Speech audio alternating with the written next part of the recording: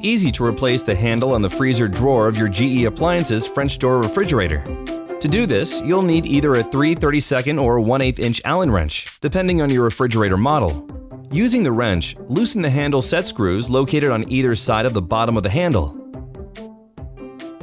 Slide the handle off the handle mounting fasteners and remove the handle. Install the new handle by sliding it onto the handle mounting fasteners until it locks into position. Then, retighten the set screws.